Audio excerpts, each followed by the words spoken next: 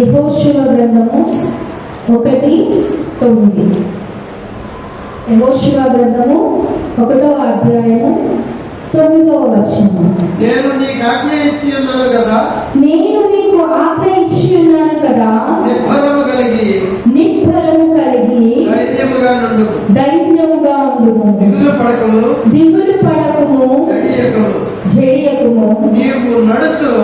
నీవు నడుచు మార్గమంతటిలో నీ దేవుడైన యెహోవా నీకు తోడై ఉండును. హల్లెలూయా. ఏం చెప్తాంటే జూన్ నెల మొదటి వారము దేవుడు మీకు చెప్తున్న మాట ఏంటి అంటే ఆజ్ఞ ఇచ్చినాను కదా. ఏంటి ఆజ్ఞ? నిబ్బరము కలిగి ధైర్యముగా ఉండుము, దిగులు పడకము, జయకము. ఓకే, ఇది వాక్యము. ఇప్పుడు మిమ్మల్ని కొన్ని క్వశ్చన్స్ ఎప్పుడు నేనే చెప్తా ఉంటాను కదా, ఇప్పుడు మీకు కొన్ని క్వశ్చన్స్ సరదాగా అడుగుతాను. నిబ్బరము కలిగి ధైర్యంగా ఉన్న వాళ్ళు ఈ గ్రంథంలో ఎవరెవరు ఉన్నారో చెప్పండి. ఒక్కొక్కరు ఒక్కొక్కరు, చాలా మంది ఉన్నారు. దానియేలు, ఓకే, ఒక ఆన్సర్ వచ్చింది. ఇంకా వాక్యం అక్కడ చూసేసినట్టు షడ్రక్, మేషక్, అబేద్నెగో. ఇంకా ధైర్యముగా నిలబడిన వారు, నిబ్బరము కలిగి ధైర్యంగా నిలబడిన వారు ఉన్నారు. దావీదు అంకులు చెప్పారు. ఇంకా నిబ్బరం కలిగి ధైర్యంగా నిలబడిన వారు ఎంతమంది ఉన్నారు? ఇంకెవరు చెప్పలే సమాధానాలు?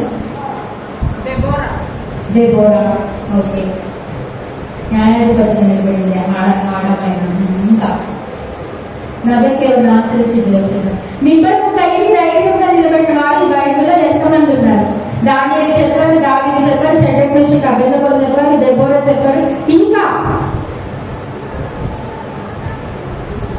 ఇంత వీక్గా ఉన్నారా? మన సంఘం చాలా వీక్గా ఉందండి. మోషే నిలబడ్డాడు. ఎవరికి వ్యతిరేకంగా? ఫరో సైన్యానికి. అబ్రహాము నిలబడ్డాడు దేవుడికి ఇచ్చినప్పుడు. ఇప్పుడు మనం చదువుకున్న ఈ గ్రంథంలో యెహోషువ నిలబడ్డాడు మోషే తర్వాత తన సైన్యాన్ని నడిపించడానికి. ఎరికో గోడలను కూల్చేటప్పుడు సమయంలో యెహోషువ నిలబడ్డాడు. ఇంకా చెప్పాలంటే ఇర్మియా నిలబడ్డాడు. జైల్లో వేసిన, కొట్టిన, గాయపరిచిన, దేవుడు వాక్కుని ప్రవచించకుండా ఆగలేదు ఇర్మియా. కాలేబు నిలబడ్డాడు, పౌలు నిలబడ్డాడు. వీళ్ళందరూ నిలబడ్డారు, నిబ్బరంగా ధైర్యంగా నిలబడ్డవారు. జైల్లో వేసిన, ఎంత హింసించిన, ఇబ్బంది పెట్టిన దానియేలు లాంటి వాళ్ళు కూడా నిలబడ్డారు. ఎంతమంది చెప్పండి అన్న? ఒక 10 మంది చెప్పుకుంటాను.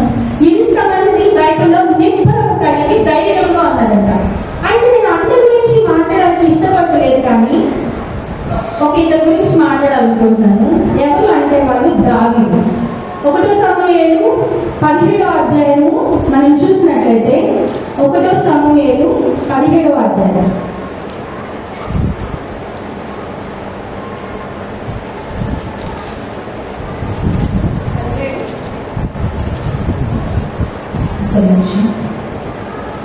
నా గురించి మనం చూసినట్లయితే మనకు అక్కడ కనిపిస్తుంది, గొల్యాదు అని ఒకడు వచ్చాడంట. ఫిలిష్తీయుడు యుద్ధము ప్రకటించాడంట ఇశ్రాయేలీయుల. ఫిలిష్తీయుడైన వాడు ఇశ్రాయేలీయుల మీద యుద్ధం ప్రకటించాడంట. చాలా తిరస్కారంగా మాట్లాడాడంట ఇశ్రాయేల్ సైన్యం గురించి. ఏమో మాట్లాడంట? తిరస్కారంగా మాట్లాడాడంట. మీలో ఎవరైనా గొప్పలు, అందరూ సౌకులంటే పడి పరిగెత్తుతున్నారు, నాతో కనుక పోరాడి గెలిచినట్లయితే నిలబడిన వాడు ఎవరైనా ఉన్నాడా అని అడుగుతాడు. అడిగి అయిపోయిన తర్వాత ఒక సవాల్ విసురుతాడు. నేను గెలిస్తే మీరందరూ బానిసంగా నాతో రావాలి అని అడుగుతాడు. అడిగినప్పుడు అందరూ భయపడి వెళ్ళిపోయారంట. వీధుల్లో నుంచి, ఆ పట్టణాల్లో నుంచి పారిపోయినట్లుగా సమూయేలు గ్రంథం చెప్తుంది మనకి 17వ అధ్యాయంలో. అయితే ఒక్కడు నిలబడ్డాడంట. ఎవరు? దావీదు. దావీదు అప్పుడు వయసు ఎంతో తెలుసా? నేను ఇక్కడ దావీదుని ఎంచుకోవడానికి గల ప్రాముఖ్యత ఎందుకు అంటే, చిన్న వయసులో అభిషేకించబడిన వాడు సమూయేలుతో పాటు దావీదు కూడా ఉన్నాడు. హల్లెలూయా. కాదా? కనిష్ఠుడైన వాడిని తీసుకురండి అంటాడు. ముందు 7 ఉన్నారు, అభిషేకించబడవలసిన లిస్టులో ఉన్నారు. కానీ సమూయేలు ఎవరిని అభిషేకించలేదు. కానీ కనిష్ఠుడైన వాడిని తీసుకొచ్చి, గొర్రె మంద పెట్టుకునే వాడిని తీసుకొచ్చి దేవుడు అభిషేకించమంటే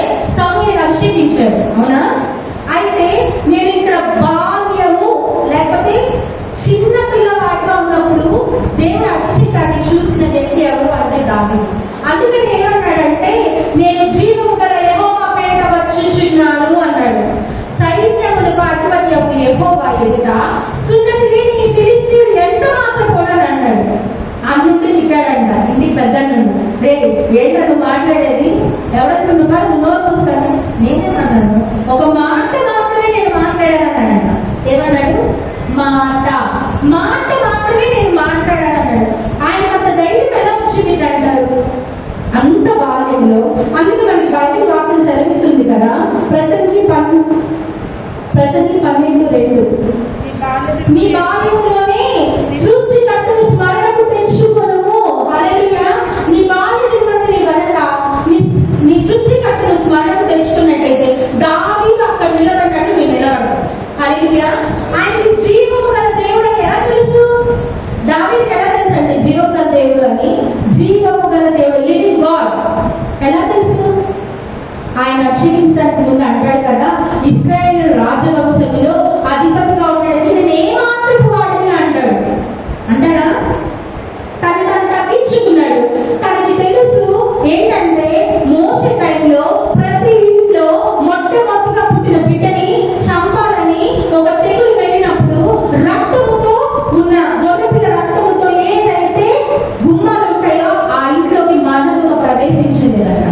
అంటే అక్కడ దేవుడు తన ప్రజలను జీవము కలిగి జీవముతో కాపాడుకున్నాడు. హల్లెలూయా. అంటే అక్కడ జీవంతో కాపాడినట్టుగా ఎర్ర సముద్రం ఉంటుంది, ఎనకేమో ఫరో సైన్యము తగ్గుతుంది, భయభ్రాంతులకు గురై ఉన్నారు. ఆరిన నేలపై నడిపించినప్పుడు ఎవరైనా జీవం కలిగేది. అవునా? మీరు చూసినట్లయితే ఇశ్రాయేలు నడిపించినంత వరకు కూడా మీరు చూస్తే ఆయన జీవము గల దేవుడని ఆయనకి పేరు. అది బాల్యదినమంతే దావీదు స్మరణకు తెచ్చుకున్నాడంట. అందుకే అన్నాడు కదా, నీవెవరు సున్నతి లేని ఫిలిష్తీయుడు ఎవరు అని అడిగాడు. ఈరోజు మీ ముందు నుంచిన వారితో నువ్వు అలా అడగలవా? నిజం చెప్పాలంటే 3 ఏళ్ళలో పిల్లలకు గట్టిగా మాట్లాడాలి.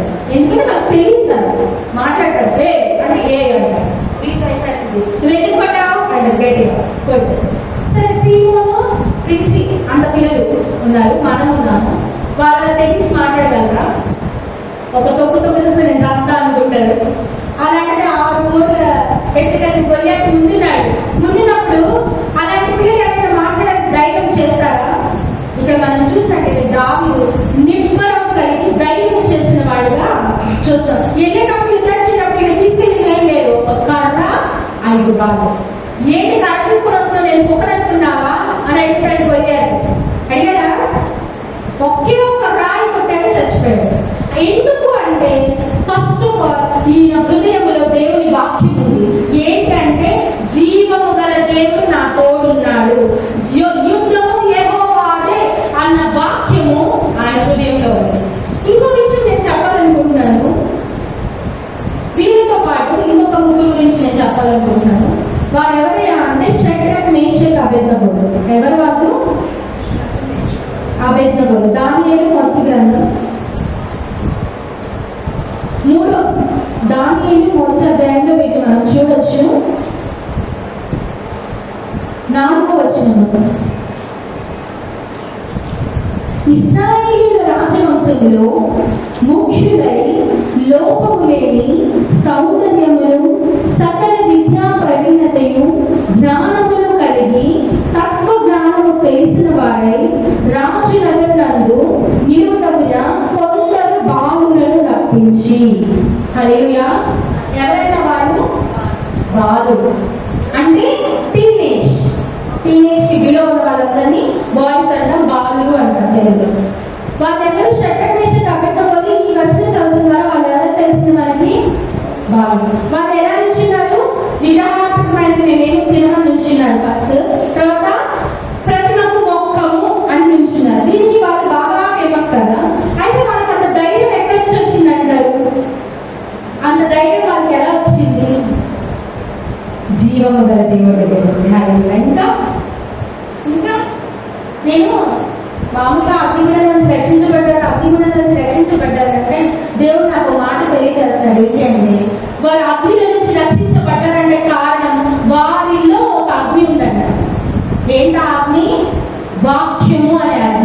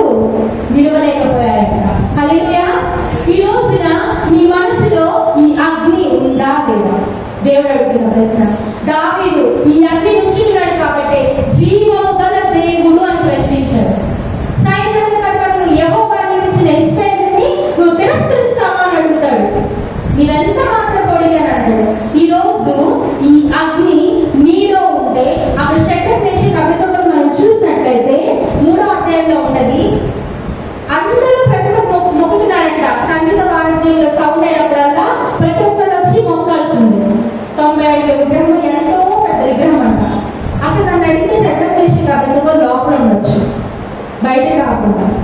వాళ్ళు యూదుల్లో నుంచి తెప్పించబడిన బాలులు కాబట్టి, యూదులు కంటే కొన్ని కట్టడలు నియమాలు ఉన్నాయి కాబట్టి వాళ్ళు తప్పించుకునే ఇంట్లో ఉండొచ్చు. బయటకు ఎందుకు వచ్చారు? సరే, వచ్చిన హృదయం దేవుడు తెలుసు కదా, హృదయాలోచన ఎదిగిన దేవుడు కదా, పైకి వారు మొక్కి చేస్తే నా మనసులో అనుకోవచ్చు. ఎందుకని అనుకోలేదు? ఆ చిన్న వయసు నుంచే వారు నేర్చుకున్నారంట. బాల్య దినమందే సృష్టికర్తను నువ్వు స్మరణకు తెచ్చుకోవడమే అని ఉంటుంది బైబిల్లో. ఒకసారి చదువుతామా? ప్రసంగి 12:2. ప్రసంగి 12:2.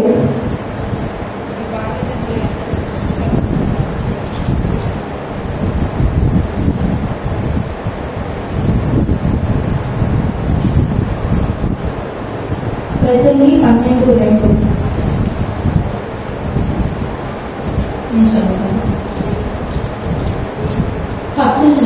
దుర్దినములు రాకముందే ఇప్పుడు వీటి యందు నాకు సంతోషము లేదని నీవు చెప్పు సంవత్సరములు రాకముందే తేజస్సులకును సూర్యచంద్ర నక్షత్రములకును చీకటి కమ్మకముందే వాన వెలిసిన తర్వాత మేఘములు మరలా రాకముందే ఏమంటాడు?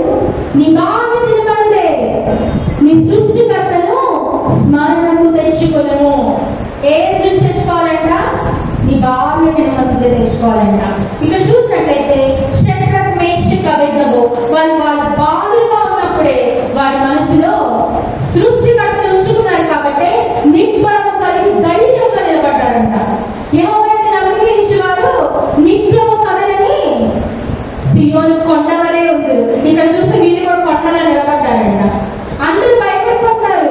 ఊరు మొత్తం సాగిపడి నమస్కరిస్తారు. వాళ్ళు అనేక జాతుల వారు ఉన్నారంట, అనేక భాషలు మాట్లాడే వారు ఉన్నారంట. అటువంటి దేశంలో అందరూ చేస్తున్నారు. ఒక ముగ్గురు మాత్రమే చేయలేదంట. హల్లెలూయా! ఆ ముగ్గురు ఎవరైనా అంటే చిన్నప్పటి నుంచి దేవుని సేవిస్తున్న వాళ్ళు, చిన్నప్పటి నుంచే బాధితులంటే వారి సృష్టికర్తను స్మరణలో ఉంచుకున్న వారు నిలబడ్డారంట. మనసులో ఉంది కదా అని పైకి వారు చూపించుకోవట్లేదు, పైకి కూడా నిర్భయంగా చూపించారంట. హల్లెలూయా! ఇంకా మనం చూసినట్లయితే ద్వితీయోపదేశ కాండము 6:7 చదువుదాం ఒకసారి. ద్వితీయోపదేశ కాండము 6:7.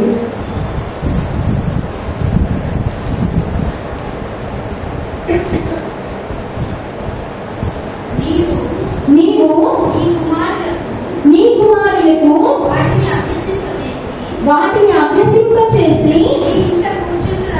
నీ ఇంట కూర్చున్నప్పుడు, త్రోవను నడిచినప్పుడును, పండుకొనినప్పుడును, లేచినప్పుడును వాటిని గూర్చి మాట్లాడగలను. ఎప్పుడంటా? నీవు నీ కుమారుడికి ఏం చేయాలి? నీ ఇంట కూర్చున్నప్పుడు, లేచినప్పుడు, త్రోవ నుంచి బయటికి వెళ్తున్నప్పుడు, వచ్చుచున్నప్పుడు, పడుకున్నప్పుడు, నడుచుచున్నప్పుడు. ఏమని చెప్పాడు? ఇప్పుడు మీరు మీ కుమారుడికి నేర్పించవలసింది ఏంటి? సృష్టికర్త గురించి, దేవుని గురించి. వారి బాల్యంలోనే ఈ స్టేజ్ లో ఉన్నప్పుడు కనుక వాళ్ళు ఉంటే రేపొద్దున అగ్ని వంటి శోధన ఎదురైన వాళ్ళు ఏంటంట? జయించుకొని బయటకు వస్తారు. ఎందుకంటే వారిలో ఉంది ఒక అగ్ని. ఈ అగ్ని జ్వాలల ముందు, మనలో ఉన్న అగ్ని జ్వాలల ముందు బయట ఉన్న ఏ అగ్ని మన ముందు నిలబడదు. హల్లెలూయా! ఏడంతలుగా వేడి చేసినట్టు మనం చూస్తున్నాము. అయితే అగ్నిగుండం ఒకసారి కాదంట, ఉండడానికి 7 రెట్లు వేడి చేశారంట. మనం చూస్తే వాళ్ళు వెళ్ళిన వారు ఎవరైతే తోయడానికి వెళ్ళిన సైనికులు ఎవరైతే వాళ్ళు కూడా చచ్చిపోయారంట. ఇందా మనం చదివాం కదా, నా శత్రువులు ఏదైతే నీవు నాకు భోజనం సిద్ధపరిచాను వారు తీసుకుంటూ వాళ్ళే పడ్డారు. అవునా? ఎవరైతే వేడి చేసి వీళ్ళు వేయడానికి వెళ్ళారో వాళ్ళు సిద్ధపడతారంట. వీరికి మాత్రం ఏ హాని జరగదు. ఆఖరికి వారి దుస్తులు కూడా కాళ్ళ వాసన రాలేదంట. ఎప్పుడైనా పంటేసినప్పుడు అక్కడ ఆట పట్టు ఉంచుతామా? ఉంచాలి. ఎందుకని? పౌచుకొని వాసన వస్తుంది కదా. అయితే ఏడంతల వేడి కదా అగ్నిగుణంలో వీళ్ళు పడ్డప్పుడు వీరి దుస్తులకి కాళ్ళ వాసన రాలేదంట. దేవుడు నిన్ను గురించి తన దూతకి ఆజ్ఞాపించిన లాస్ట్ వాక్యం చెప్పాడు. ఎప్పుడో తెలుసా? అది ఆయన వాక్యాన్ని నీ హృదయంలో ఉంచుకుంటే, ఆ అగ్ని నీ హృదయంలో ఉంచుకుంటే, బాల్య దినము నుంచే చిన్నప్పటి జ్ఞానం వచ్చినప్పటి నుంచే నీ బిడ్డని నువ్వు దేని పెంచాలి? దేవునిలో నువ్వు పెంచాలి, దేవుని వాక్యంలో నువ్వు కట్టాలి. అప్పుడు పెద్దమైనప్పుడు సామెతలు 22:7 చదవండి ఒకసారి. 22:6 అనుకుంటా. సామెతలు 22:6.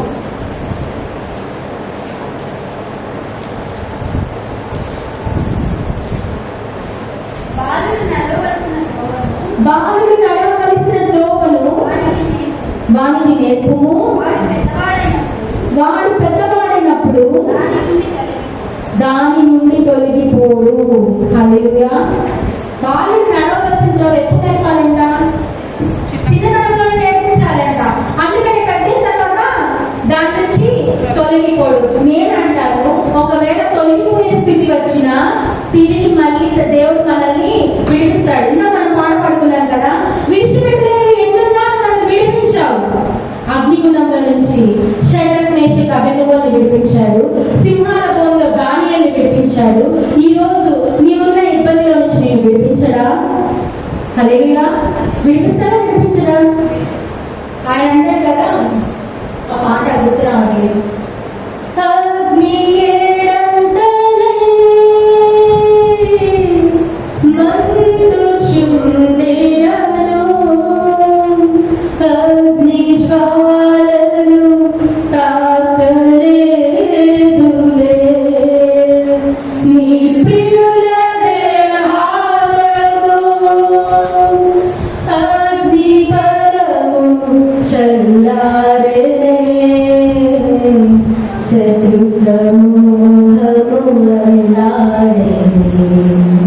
నేను నీ స్వాస్థ్యమే, నీవు నా సొంతమే, నా స్తోత్ర బలులన్నీ నీకేనయ్యా. ఏంటంటే ఏనంతైన అగ్ని నీ ముందున్నా నీ తన ప్రియుల దేహాలను ఆ అగ్ని కాల్చజాలలేదు.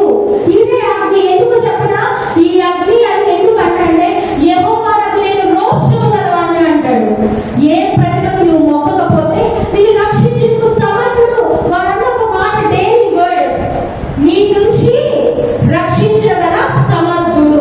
ఒకవేళ రక్షించకపోయినను నీ ప్రతిభకు మొక్క. హల్లెలూయా. ఈరోజు చెప్తున్నావా, నేనున్న శ్రమలో, నేనున్న బాధలో, నేనున్న కష్టాల్లో నన్ను విడిపించుటకు దేవుడు సమర్థుడు. నేను నీ కొరకు కలిగి ధైర్యంగా ఉన్నాను అని చెప్పగలవా? చెప్తారా? చెప్పగలిగినట్లయితే స్తోత్రం దేవుడికి. నువ్వు చెప్పలేని స్థితిలో ఉంటే దేవుడు చెప్తున్నాడు. సరే, కొంతమందికి బాల్య దినము నామమాత్ర క్రైస్తవుల్లో నడిచిందనుకున్నాం. బాల్య దినము దేవుని ఎరగని వారిగా నడిచిందనుకున్నాం. బాల్య దినము కష్టాలతో ఇబ్బందులతో పెరిగిననుకోవచ్చు. బాల్య దినంతో విగ్రహాలతో ఉన్న వాడే ఉండొచ్చు. ఒక చోట దేవుడు అంటాడు కదా, పౌలు భక్తులు రాస్తూ, ఇదే మిక్కిలి అనుకూల సమయం. హల్లెలూయా. నువ్వు బాల్యం ఉన్నప్పుడు నేర్చుకోలేదేమో, నువ్వు బాల్యం ఉన్నప్పుడు దేవుని వాక్యము నీ హృదయంలోకి వెళ్ళలేదేమో. ఇదే మిక్కిలి అనుకూల సమయము. హల్లెలూయా. ఈ అగ్ని, ఇదే రక్షణ దినము. లేట్ చేయాల్సిన అవసరం లేదు. ఇదే మిక్కిలి అనుకూల సమయం. చిన్నప్పటి నుంచి నేర్చుకోలేదని బాధపడద్దు. ఇప్పటి వరకు నాకు మాత్రం భక్తి చేశావేమో, బాల్యం నుంచి దేవుడు ఎరిగినా కూడా షడ్రక్ మేషక్ అబేద్నెగోలాగా నీవు నిలబడలేదేమో. దేవుడు చెప్తున్నాడు, ఆ అగ్ని నీలో ఉన్నంత కాలం ఈ లోకపరమైన ఏ అగ్ని నీ దగ్గరికి రాదు. జీవము గల దేవుడు తాను జీవము గల దేవుడు నిరూపించుకుంటూ ఏంటంట బయటికి తీసుకొస్తాడ. ముగ్గురిని వేస్తే 4 వ్యక్తులు కనిపించాడండి. ఎలా కనిపించాడు? కనిపించాడా? రాజు సైతం ఆశ్చర్యపడి మాంత్రికులు పిలిపించి అడుగుతున్నాడంట, అయ్యా మా వేసుకుని ముగ్గురే కదా, ఇంకొక ఆయన ఎక్కడి నుంచి వచ్చాడు? ఆయన భూత, ఆయనే దిగి వచ్చి తన మనుష్యుడికి కావలి ఉండును అన్నాడు. ఈ వాక్యము మనం చాలాసార్లు పాడుకున్నాం. నీ వాక్యమే నన్ను బ్రతికించును, బాధలలో నెమ్మదినిచ్చును, కృపాశక్తి దయా సత్య సంపూర్ణుడా, వాక్యమయ్యున్న యేసు వందనమయ్యా. చెప్తామా? నీ వాక్యం నన్ను బ్రతికించిందని తెలుసు, నీ వాక్యం నన్ను నడిపించిందని తెలుసు, నా పాదములకు దీపమని నాకు తెలుసు, నా త్రోవకు వెలుగని నాకు తెలుసు.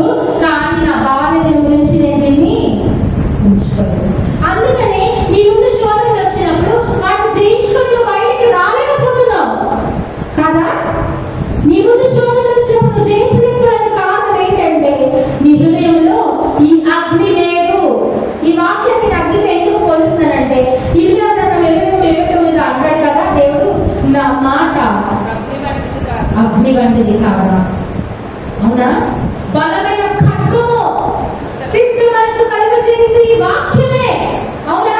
మన విశ్వాసమైన శక్తిని రూపొందించగలిగేది కేవలం వాక్యమే. అందుకే దీన్ని దేంతో పోలుస్తున్నాము? అగ్ని. అగ్ని, ఈ అగ్నిని ఇలా పాడుతున్నప్పుడు అన్న మేడపై భక్తులు సమకూడారంట. కొన్ని గృహమందు ఆకాశం నుంచి అగ్ని దిగి వచ్చిందంట. ఈ అగ్ని ఇంకొక సూచన ఏంటో చెప్పనా? పరిశుద్ధాత్మ. హల్లెలూయా. మీరు ఎంతమంది పరిశుద్ధాత్మ కలిగి దేవుని సేవిస్తారు? పరిశుద్ధాత్మ తన సర్వ సత్యములోకి నడిపించింది. ఏవి నమ్మకమైనవో, ఏవి జ్ఞానమైనవో, ఏవి సత్యమైనవో, ఏవి మార్గమైనవో మీకు తెలియచేసేది ఈ ఆత్మే కదా.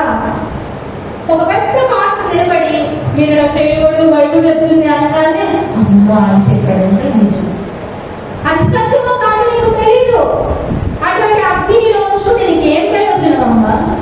ఓన్లీ బికాస్ నేను ఒక పెద్ద స్టేజ్ లో ఉన్నాను, ఒక 1,00,000 మంది సంఘం నాకు ఉంది, నేను నిలబడి ఒక మాట చెప్పి ఇది దేవుల్లో ఉంది, ఇది మీరు ఫాలో అవ్వండి అని బైబిల్ వ్యతిరేకంగా నేను చెప్పినట్టు దాన్ని ఫాలో అవుతున్నాను అనుకో, ఆ అగ్నిలో ఉంటుందా?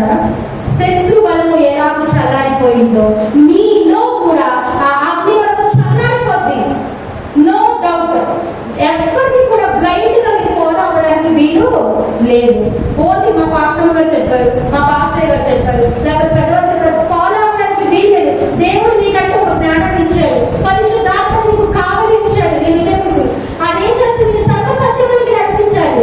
అందుకే మీరు సత్యంలోకి నడిచారు కాబట్టి కాపాడబడ్డారు. రేపు అగ్నివంటి శ్రమలు వస్తాయి, శోధనలు వస్తాయి. నువ్వు ఇవే వాక్యాన్ని మా పాస్టర్ గారు అలాంటి బట్టలు వేసుకోవద్దన్నారు, ఇలాంటి చేతులు పట్టుకోవద్దన్నారు, లేకపోతే ఇక్కడ తినొద్దన్నారు, ఆ ప్రార్థన చేయకుండా విగ్రహార్థం చేద్దాం, ఇవన్నీ ఫాలో అవుతూ కూర్చుంటే రానే వస్తుంది, పోనే పోయాడు అన్నట్టు. ఏంటి సింగర్ అద్దరికి రానే వచ్చాక పోనే పోయాడు అంటారు కదా. దేవుడు రాగా వస్తుంది, విడిచిపెట్టే ముట్లు. బాల్య దినములందరి సృష్టికర్తలు జ్ఞాపకం తెచ్చుకుంటే నీలో ఒక అగ్ని పుట్టిందంట. 2 సమూయేలు గ్రంథం 22:7 ఉన్నది కదా. ఒక మాటను లాస్ట్ టైంలో చదివించాను. నీ సన్నిధి కాంతిలో నుండి నిప్పు కణములు పుట్టెను. ఆయన నోటి నుంచి జీవవాయువు వచ్చిందంట. ఆయన నోటి నుంచి నిప్పు కణాలు బయలుదేరేను అని ఉంది. ఏంటి నిప్పు కణం? నిప్పు కణం అని ఎప్పుడంటాం మనం? మండుతుంటేనే నిప్పు కణం అంటాం, లేకపోతే ఏమంటాం? అవునా? మండుతున్నంతసేపు దానికి ఏంటి? పొగ రాసే శక్తి ఉంది. ఒక చిన్న మంటే, చిన్న నిప్పు కణమే, నిప్పు రవ్వే మొత్తం అడగలంతా కాల్చేసిందే కదా. మరి ఇక్కడ నిజంగా నిప్పు కణాలంటే ఈ దేశం మొత్తం ఎప్పుడో కాలిపోవాలి. దేవుని అగ్నితో కాలిపోవాలి, దేవుని వాక్యంతో కాలిపోవాలి. ప్రతి పట్టణము, ప్రతి నగరము, ప్రతి సిటీ, ప్రతి కంట్రీ దేవుని వాక్యం అనే అగ్నితో రగిలిపోవాలి కదా. ఎందుకని రగిలిపోలేదు? ఎందుకంటే మీలో అగ్ని లేదు, మీలో దేవుని వాక్య శక్తి లేదు. ఏరియా ప్రార్థించినప్పుడు దిగి వచ్చిందంటే ఆత్మ దిగి వచ్చిందా లేదా? ఆకాశం నుంచి అగ్ని దిగి వచ్చి అర్పించిన బలిని దహించి వేసింది. మరి మీరెందుకు? మరి మీరు ప్రార్థన చేస్తే వస్తుందా అగ్ని? వస్తుందా లేదా? నేను అంటాను, మనము బాల్యం నుంచి దేవుడి మాట విని దేవుడి హృదయంలో ఉండి తప్పిపోయినప్పటికీ తిరిగి చేర్చుకునే దేవుడు. దావీదు తప్పిపోయాడు. చిన్న వయసులో దేవుడి వద్దకు వచ్చిన చిన్న వయసులోనే దావీదు హృదయానుసారుడు అని పేరు కదా. దావీదు కూడా తప్పిపోయాడు, కానీ తిరిగి దేవుడు చేర్చుకున్నాడా లేదా? చేర్చుకున్నాడు కదా. ఎందుకు అంటే మనం విడిచిపెట్టలేని మనకి వెళ్ళిన దేవుడు మనల్ని విడిచిపెట్టాడు. హల్లెలూయా. దేవుడి రోజు నీతో చెప్తున్న మాట, నీ పరము కలిగి ధైర్యంగా ఉండు. నీకు ఉద్యోగంలో హైక్ రాలేదా? మాకు వాళ్ళు బాగుపడిపోవాలి, అందరికీ హైక్ ఇచ్చారు, అందరికీ రేట్ ఇచ్చారు అని దేవుడు చెప్తున్న మాట, నీ పరము కలిగి ధైర్యంగా ఉండు. నీకు అసలు ఉద్యోగమే లేదా? నీ పరము కలిగి ధైర్యంగా ఉండు. నీ ఇంట్లో ఏ అభివృద్ధి జరగలేదా? నీ పరము కలిగి ధైర్యంగా ఉండు. నీ కుమారుడికి వివాహాలు జరగట్లేదా? నీ పరము కలిగి ధైర్యంగా ఉండు. నువ్వు చేయాల్సిన పని నువ్వు చేయలేకపోతావా? దేవుడు చెప్తున్నాడు, నీ పరము కలిగి ధైర్యంగా ఉండు, నేను నిన్ను నడిపిస్తాను. ఎలా నడిపిస్తాను? ఈ వాక్యం ద్వారా. నీ మార్గమునకు వెలుగైనది ఈ వాక్యమే. పాల వంటిది, జుండ తేనె వంటిది, నా జిహ్వకు మహా మధురమైనది ఈ వాక్యమే. 2 అక్షరాల వాటి గల ఖడ్గము. నువ్వు ఒక అడుగు దేవుని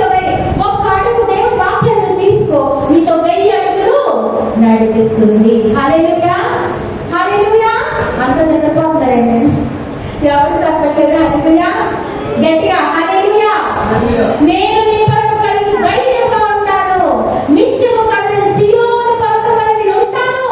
హల్లెలూయా. ఒక వాక్యం చదువుకున్నాము. యెషయా 35:4. యెషయా 35:4.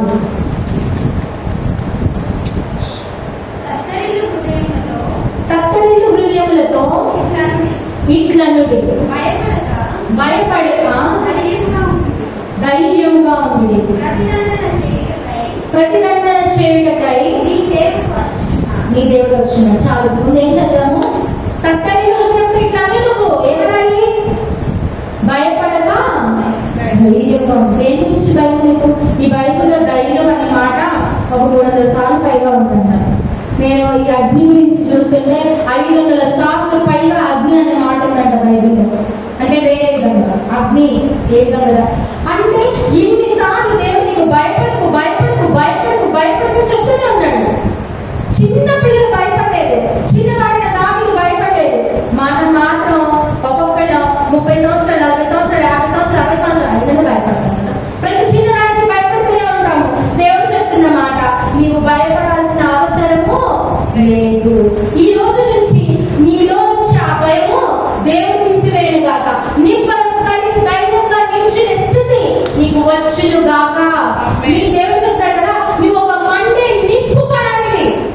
ఆయన సన్నిధి కాంతిలో నువ్వు ఇప్పుడు ఒక నిప్పు కడగా మార్చబడాలి. ఏ విధంగా అయితే అగ్ని తగలబెట్టిందో ఈ దేశాన్ని, నీ సంఘాన్ని, నీ కుటుంబాన్ని, ఈ ప్రపంచంలో ప్రతి ఒక్కరిని నువ్వు తగలబెట్టాలి. దేంతో? మండుచున్న అగ్ని, మండుచున్న వాక్యంతో. ఆయన చిన్ని సగం పాడే మాట ఏంటంటే అసమానమైన వాడిలో ఉంది. ఆయన పాడతాను దగ్గర ఆమె పాట. అగ్ని గుండములో నెట్టి వేసిన సింహాల మోలులో నీవు అప్పగించిన శత్రువే నీ స్థితి చూసి కలవరపడుచున్నా. నమ్మదగిన వారు లేక నిరాశతో నిండిన నాకేలు శ్రమలంటూ దిగులు పడుతున్నా. చూడు యేసుని అగ్నిలో నిలిచెను నీకై. నాకేలు శ్రమలంటూ దిగులు పడుతున్నా. చూడు యేసుని అగ్నిలో నిలిచెను నీకై. శత్రువు చేతికి నీవు అప్పగించడు. శత్రువు చేతికి నీవు అప్పగించడు. సియోను దేవుడై నిన్ను సిగ్గుపడనివ్వడు. కనికరాపురుడై నీ కన్నీరు తుడుచును. సియోను దేవుడై నిన్ను సిగ్గుపడనివ్వడు. కనికరాపురుడై నీ కన్నీరు తుడుచును. అసమానుడైన వాడు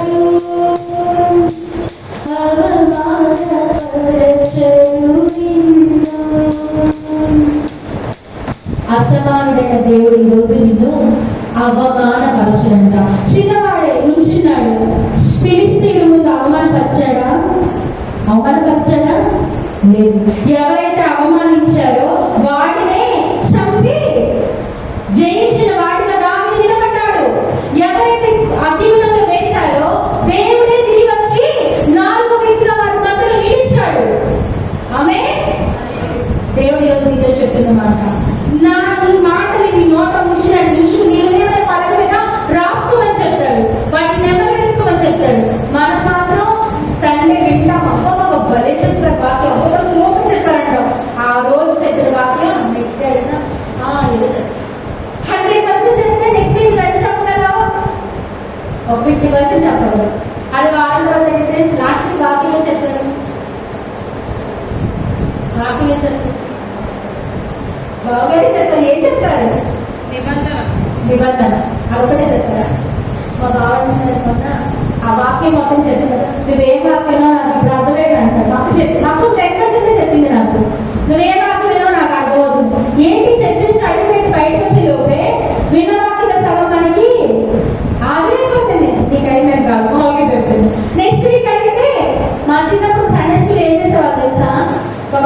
వాక్యం ఇచ్చేవారు, నెక్స్ట్ వారానికి కంటెంట్ వాక్యం ఏంటని అప్పచెప్పాలి. నేను అనుకుంటాను, చాలా గర్వపడ్డాను. మా డేవిడ్ అంకుల్ మమ్మల్ని ఎంతగా నడిపించారో ఈ వాక్యంలో మాకు చాలా తెలుసు. ఏ వర్స్ అయినా నేను చెప్పేయగలను. ఆల్మోస్ట్ ఒక చిన్న మాట, దేవుడి లోకంలో ఎంతో ప్రేమించినట్టు దాన్ని మిగతాదంతా నేను కవర్ చేసేస్తాను. దేవుడు సమస్త దుర్నీతిని మనం పవిత్రంగా చేయాలని నేను కవర్ చేసేస్తాను. అంటే ఒక చిన్న మాట మీరు ఎంత చదివేదా వాక్యాలను నేను చదివేయగలను. దాన్ని బట్టి చాలా సంతోషించేదాన్ని, చాలా గర్వించేదాన్ని. అంటే గర్వం అంటే ఎలా అంటే ఓకే మాకు దేవుడి వాక్యంలో బాగానే ఉంది, చాలా సంతోషించేదాన్ని. కానీ ఒకసారి మన మధ్యన ఒక క్వశ్చన్ రేస్ చేసుకుంటే, మన వాక్యంలో ఎన్ని వర్సెస్ ఉన్నాయి, వచనాలు ఉన్నాయి? 31,132 ఉన్నాయి. 31,000 వర్సెస్ ఏవో ఉన్నాయి. మీరు ఒక 10 వచనాలు చెప్పగలరా? 10 వచనాలు కాదు, ఓకే 100 చెప్పగలరు అనే వాళ్ళు ఉన్నారా?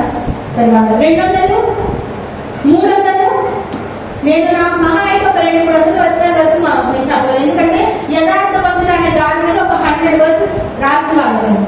కాబట్టి వస్తుంది, ఆటోమేటిక్ గా వస్తుంది. ఒక 300 తెలిసిన ఒక మనిషి నువ్వు పూర్తిగా తెలుసుకోవాలంటే, వారి గురించి మొత్తము తెలియాలంటే మొత్తము చక్కగా కొంచెం తెలిస్తే చాలా పూర్తిగా తెలియాల్సిందే కదా. ఈ దేవుడి వాక్యంలో 31,000 వచనాలు ఉన్నాయి. నీకు ఒక 300 తెలుసు అంటే అది ఓన్లీ 1% సమానం. 1% కూడా కాదు, 0.96 ఏమో వస్తుంది. 31,000 వచనాల్లో నీకు 300 వచనాలు నీ నోటికి కంటతో వచ్చినా నీకు దేవుడి గురించి ఎంత తెలుసు? 0.96. 1% తక్కువే తెలుసు నీకు. అందుకే అతిశయపడద్దు. వీటితో వాళ్ళ విశ్వాసం పెంచుకోమన్నాడు దేవుడు. నాకే తెలుసు, నాకే అన్ని వచ్చాను, ఇది నీకు వద్దు. 31,000 వచనాలు మహాపురుషులు నీకు రాలేదంటే దేవుడి గురించి నీకు 1% కూడా తెలియదు. అవునా? ఈ రోజు నుంచి ఆ వాక్యాన్ని మీరు శ్రద్ధగా ధ్యానించుగా మానవులు. ఆ చిన్నతనం నుంచి సిమియోన్ ప్రిన్సీ ఉన్న ఏజ్ నుంచి మేము అలానే కట్టబడ్డామండి. అందుకే పెద్దలకు తొలగిపోయే సిచ్యువేషన్ ఎన్నొచ్చినా, పడిపోయిన సిచ్యువేషన్స్ ఎన్నొచ్చినా, ఆ వాళ్ళకి ఎలాగైతే అగ్ని వంటి శోధనలు ఎన్నొచ్చినప్పుడు వాటన్నిటి నుంచి జయాన్నిచ్చిన దేవుడు నా పక్షంగా నేను చెప్పగలను. మీరు చెప్పగలరా? హల్లెలూయా. ఈ నింపు కణముగా మరి నువ్వు మారాలి. దేవుడు నింపరము కలిగి ధైర్యం ఉండండి, మెలకుగా ఉండండి అంటాడు. ఈ నింపరమైన ధైర్యము ఈ రోజు దేవుడు నీకు అనుగ్రహించాలని కోరుకుంటున్నాను. హల్లెలూయా. ఏ పరిస్థితి వచ్చినా రేపొద్దున మనకి ఎటువంటి శోధన లేదైనా శోధనలను జయించి కృపా సాగరా చూచుచున్న దేవుడవు నీవే యేసయ్యా. చూడముచటాయనే సుకుమార సుమములయ్యా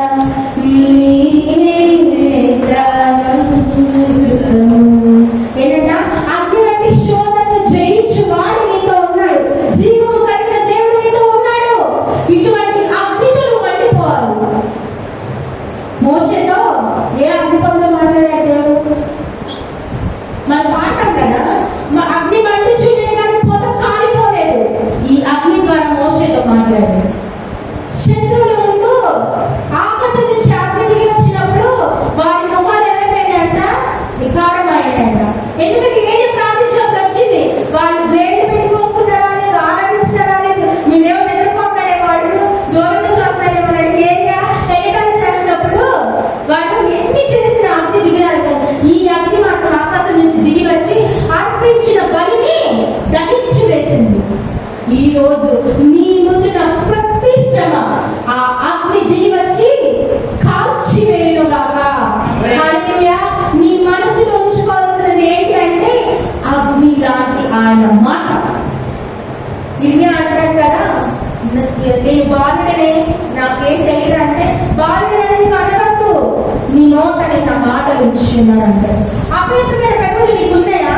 ఒక ఆయన దగ్గరికి వెళ్ళాడు, యెషయా ప్రవక్తకి వెళ్ళాడు, నేను అపవిత్రమైన పెట్టులు కలవండినయ్యా, నేను అనుకున్న కాదంటే ఇదిగో నా అగ్నితో నేను కాలుస్తున్నాను, ఇక మీద నీకు అపవిత్రత అనేది లేదు.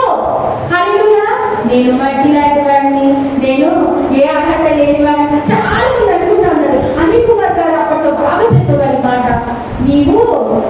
బానిసలు కాదు, నీవు కుమారుడు. నీవు నేను మట్టి దాంట్లో ఉన్నాయా, నేను మట్టి దాంట్లో ఉన్నాయా, నేను అనద్దు. నీవు రాజు కుమారుడివి, నిశ్చయంగా నువ్వు దేవుని కుమార్తెవి, కుమారుడివి. ఇంకా తగ్గించుకుంటే మంచిదే, కానీ రాజకుమారుడుగా మనము ఎలా ఉంటారంటే బలం. రాజకుమారుడు ఎలా ఉంటారు? భయపడతా ఉంటారా? వాళ్ళు అనుకుంటే ఎవరు అంటాడు? నువ్వు ఏ బస్సులో ప్రయాణిస్తున్నావో తెలీదు, డ్రైవర్ ఎలా డ్రైవ్ చేస్తాడో తెలీదు, కానీ మనం ప్రశాంతంగా వెళ్తాం. అవునా? ట్రైన్ ఎక్కుతాము, ఆ పైలట్ ఎవరో నీకు తెలీదు, దేని కుదురుతారో తెలీదు, సరిగ్గా ల్యాండ్ చేస్తాడో తెలీదు, అయినా ధైర్యంగా ఎక్కేస్తాం. ట్రైన్ ఎక్కుతావు, ఆ ట్రైన్ డ్రైవర్ ఎలా నడుపుతాడో తెలీదు, నువ్వు ఎక్కేస్తావు. బైక్ ర్యాపిడో బుక్ చేసుకుంటావు, లేకపోతే ట్యాక్సీ బుక్ చేసుకుంటావు, కార్ డ్రైవర్ ఎలా నడుపుతాడో నీకు తెలీదు, వాడి క్యాబ్ అంటే నీకు తెలీదు, కానీ ప్రశాంతంగా ఉంటావు. కానీ నీ జీవితము అనే ఈ బండిని నడిపిస్తున్న నీ జీవం గల దేవుణ్ణి మాత్రం నువ్వు నమ్మలేకపోతున్నావు. ఎందుకో చెప్పనా? నీలో ఈ వాక్యం అనే అగ్ని లేదు. ఈ అగ్ని నీకు కొదువుగా ఉన్నది, ఈ అగ్ని నీకు కొరతగా ఉంది, అందుకని నీకు నమ్మలేకపోతున్నావు. నువ్వు ప్రతి వచ్చిన కృంగిపోతున్నావు. అంటే దాని అర్థం ఏంటంటే నీలో ఈ అగ్ని లేదు. నిపుణం కలిగి ధైర్యంగా ఉండలేకపోతున్నావు, కారణం నీలో ఈ అగ్ని లేదు. ఈ అగ్నిని వెలిగించావా? అందరికీ వెలిగింది. అవునా? మీరు దీపం వెలిగించి దేని కింద పెడతారు? కొంచెం కింద పెట్టరు, కానీ ప్రతి ఒక్కరికి వెలిగించిన దేని మీద పెడతారు? దీప స్తంభం మీద పెడతారు. అప్పుడు అందరికీ అది వెలిగించుతుంది. ఈ రోజున దేవుని సన్నిధిలో ఒక నిప్పు కణంగా మారిన నీవు ఎలా ఉన్నావు? ఎలా ఉన్నావు? యేసయ్యది ఒక్క వరమేనండి. యేసయ్యది ఏంటిది? ఒక్క వరమే. ఏంటా వరం? కళను వివరించగలరు. ఒక్క వరంతోనే ఆయన ప్రధానమంత్రి అయ్యాడు. ఈరోజు నీకున్న ఒక్క వరం చాలు. ఈరోజు నీలో ఉన్న ఒక ఆయన మాట చాలు. నీ మాట చాలయ్యా అంటగా, నీ చూపు చాలయ్యా, ఆ మాట ఒకటి చాలు, స్వస్థత కలిగజేస్తుంది. ఆ మాట యేసు నామమున ఎవరికైతే ప్రార్థిస్తావో వారికి ఏమవుతుందంట? స్వస్థత కలిగింది. పేతురు వాక్యం ప్రకటించినప్పుడు 5,000 మంది 3,000 మంది ఎలా బాప్తిసం పొందుకున్నారు? ఈ వాక్యము జీవితాలను మార్చే వాక్యము. ఈ వాక్యము నేను సిగ్గుపరచని వాక్యము. ఈ నిరీక్షణ నేను సిగ్గుపరచదన్నట్టుగా పాలుల విషయంలో దేవుడు రుజువు చేశాడు, నీ విషయంలో కూడా దేవుడు రుజువు చేస్తాడు. హల్లెలూయా. నేను ఎటువంటి శోధనలైనా నేను ఎదుర్కొంటాను. ఆ కాల్చబడకపోతే బంగారానికి ఒక రూపు రాదు. అగ్ని లాంటి శోధనలు ఉన్నప్పుడు మీకు అది ఒక ప్యూరిఫికేషన్ ప్రాసెస్, అది ఒక రిఫైనింగ్ ప్రాసెస్. అవునా? నిన్ను శుద్ధ సువర్ణంగా మారుస్తుందంట. శోధించబడిన నేను ఎలా మారుతాను? శుద్ధ సువర్ణంగా మారుతాను. ఈ రోజు కూడా శ్రమలు నీవు అడ్డి ఉన్నాయేమో, శోధనలు నీవు ఉన్నావేమో, బాధలు నీవు ఉన్నావేమో, ఇరుకుల్లో నీవు ఉన్నావేమో, వస్తుహీనతలో ఉన్నావేమో, కరువులో ఉన్నావేమో. ఈ శోధనలన్నింటినీ జయించగలిగిన వాడు నీతో ఉన్నాడు. నీకేం చెప్తున్నాడంటే నువ్వు ధైర్యంగా ఉండు. ఊరి కలిగించి ప్రభు చేయు ఆశ్చర్యకారం చూడండి. ఊరికి నిలిచిండండి, ధైర్యం కలిగి ఉండండి. ఎప్పుడు ధైర్యం కలిగి ఉంటావు నువ్వు? భయము ధైర్యం ఒకసారి ఉంటాయా? నాకు చాలా భయం, కానీ ధైర్యం చూస్తారు తప్పేది అంటారు. అవునా? నాకు భయమే, కానీ నాకు ధైర్యం ఉంటారా? భయం లేని వాడైతేనే ధైర్యంగా ఉంటాడు. నీకు ఏ భయం లేకపోతే నువ్వు ధైర్యంగా నిల్చుంటావు. ఎట్లాంటి శ్రమ వచ్చినా నువ్వు ధైర్యంగా నిలబడాలి అంటే నీ ముందు నీలోంచి భయము పోవాలి. తత్తరిల్లు ఉందేమా? నువ్వు తత్తరిల్లు నీ గురించి నువ్వు చెప్పు, భయపడి నీ గురించి నువ్వు చెప్పు. ఏం చెప్పాలి? భయపడకు, దిగులు పడకు. ఈ వాక్యము నిన్ను నడిపించు వాక్యము, ఈ వాక్యము నిన్ను బ్రతికించు వాక్యము, నీ బాధలు నీకు నెమ్మది కలుగచేయు అగ్ని నీలో ఉంది. ఈ అగ్నికి ఏ అగ్ని తోడవాలి చెప్పనా? ఏ అగ్ని తోడవాలి? ఈ అగ్నికి ఏ అగ్ని తోడవాలి? పరిశుద్ధాత్మ అగ్ని. అప్పుడు ఎలా మంటలు పెట్టుకున్నారు తెలుసా? దేవునిలో మండిపోతారు. ఇంకా ఏదంటే దేనికైనా రెడీ, ఏం చేస్తావు అన్న ధైర్యం వచ్చింది నీకు. దేని మీద 1% ఇంట్రెస్ట్ ఉందా? ఏంటి? సపోజ్ నాకు ఫోన్ మీద, నా ఫోన్ అంటే నాకు చాలా ఇష్టం, దాని మీద నాకు 100% 1% ఇష్టం ఉందా? సాధారణ దాని